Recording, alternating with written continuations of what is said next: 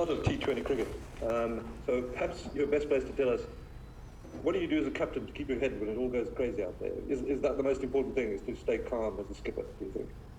Yeah, I mean, I've captained a few times in my career so far, and what I have learned, things do get a little bit crazy and frantic out there, but it's just about having your clear plans along with trying to stay as calm as possible. So, yeah, already done a bit of prep and be nice and prepared for tomorrow leading into the next couple games. Thanks, Taufik. So here. How's it, David? In India, you guys had a couple of injuries at the top of the order. Timbers again, he's not here again. You only have 5 games left before the World Cup. How much can you put into place when key players aren't available? How do you plan around it?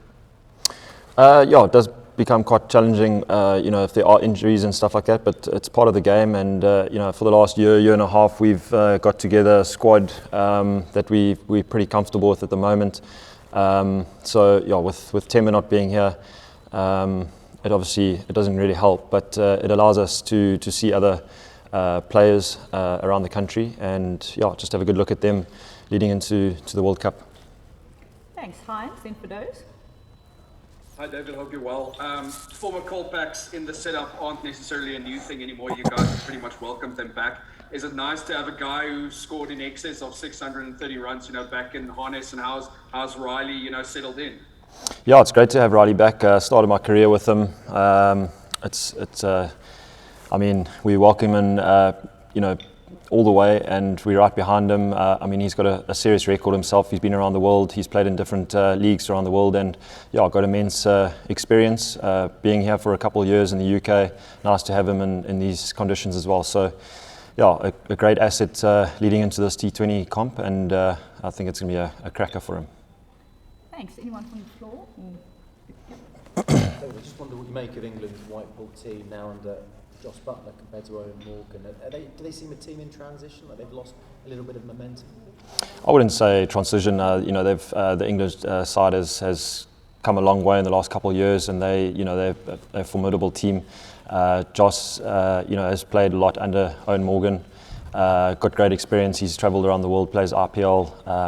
Done extremely well on international circuits. So I think they are a serious team. But to counter that, we've got a serious team as well, so I think it's going to be a good series. Do you envisage them being one of the contenders for the World Cup in Australia in a few months, one of your rivals for that title, or do you think maybe they're not one of the favourites given the conditions as well? No, not at all. I think every team going to the World Cup definitely has a chance to win the World Cup. They've showed what they're capable in the last couple of months and years with the white ball stuff. So, I feel T20 cricketers. There's a lot of seriously good teams, and it's just about who really does the right things at the right time. So, they definitely have a chance. Do you feel you've got the momentum? It's been a bit of a stop-start one-day series. You were in the box seat before the rain intervened. Do you feel like you come into this series with greater momentum in England? Yeah, definitely. Obviously, the second ODI was one to kind of forget about. But we've played some good cricket over the last couple of months, and feeling really confident. The first game, doing really well, and had a good position in the previous game. So I think the momentum is definitely there. Confidence is high. Guys are enjoying travelling around the UK. It's a great place to tour. So a lot to look forward to. Thanks. Before we go online, just to Telford's question about Andile's availability. So he is progressing well. He will be assessed further after today's practice session, and will then be able to provide an update on his inclusion for the series. Firdous, over to you, and then Ken. Hi, David. David, having been part of successful T20 teams, do you think that this is a format where you build momentum ahead of a tournament in order to win it, or is it a case of these matches beforehand maybe are not telling us that much before you get to something like a World Cup? Just how do you see the planning? Yeah, it goes a long way doing well before World Cup in getting results and stuff like that. You look at the Australian team winning the last World Cup, and not doing so well leading up to it, and then performing at the right time. So I think you can look at it both ways. But for us, I think these games are really important leading into the World Cup, just to continue the momentum that we've had the last 18 months. We're definitely taking it very seriously and wanting to continue with that momentum. Thanks for those, Ken. Then we'll look to wrap up the press conference with Morgan. Thanks, Lucy. How's it, David? Congratulations. You've captained South Africa before, three years ago against Pakistan. A very tight game to clinch the series at the Wanderers. What did you learn specifically from the experience of those two games in that series?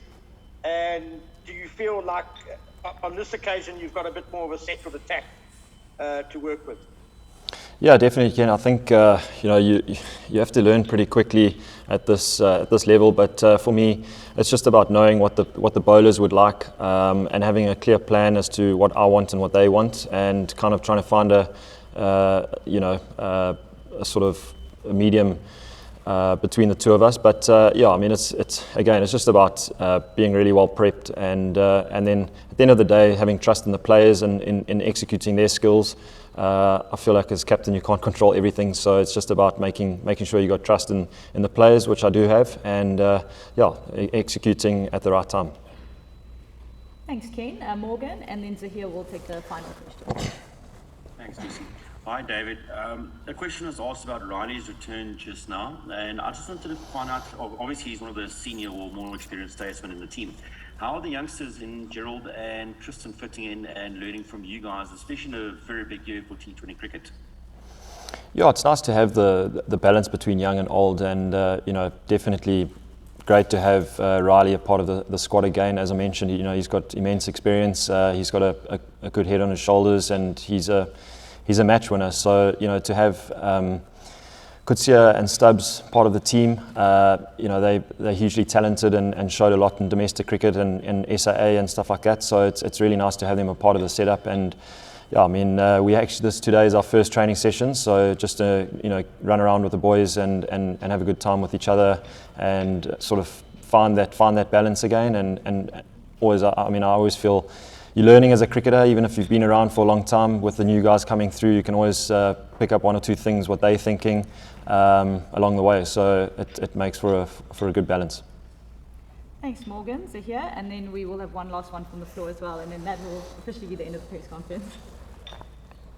David, you said earlier that you kind of started your career with Riley, and obviously he's gone away. Just in the short time you've spent with him, what's the biggest difference you can see in Riley? Like, is he a lot more relaxed? Is he a lot more, in terms of what is he like now compared to when he left? He's a lot stronger than he was back then, but I think, I mean, it's mainly just the experience that he has. Like I said, he's been around for a long time. He's a seriously good player, and he's a great guy to have part of the team, because he's really takes things really relaxed and in his stride, as well as on the field. He's hugely competitive. So we do want those players in a setup that are fiery characters on the field and bring out their competitive edge. So mixed with a lot of experience. So I'm looking forward to working with him again and playing alongside him. Thanks, yeah. David, I wonder if you could just tell us a bit about your personal relationship with Joss from the IPL, how you guys get on, and also in the IPL just gone, he was obviously in an excellent form, and I wonder just about the little, perhaps the wee dip in his form, how you might wonder about the captaincy affecting your freedom as a player as well, maybe something he's struggled with also. Yeah, I've played against Joss for many years, but to have met him in the IPL, and that's the beauty of it, is you get to meet all the players around the world, and we do get on really well. He's a great guy off the field, very level-headed, and he adds a lot of stability to the side, obviously being as captain as well. So I'm looking forward to playing against him again, and hopefully we come out on top. Great, thank you very much.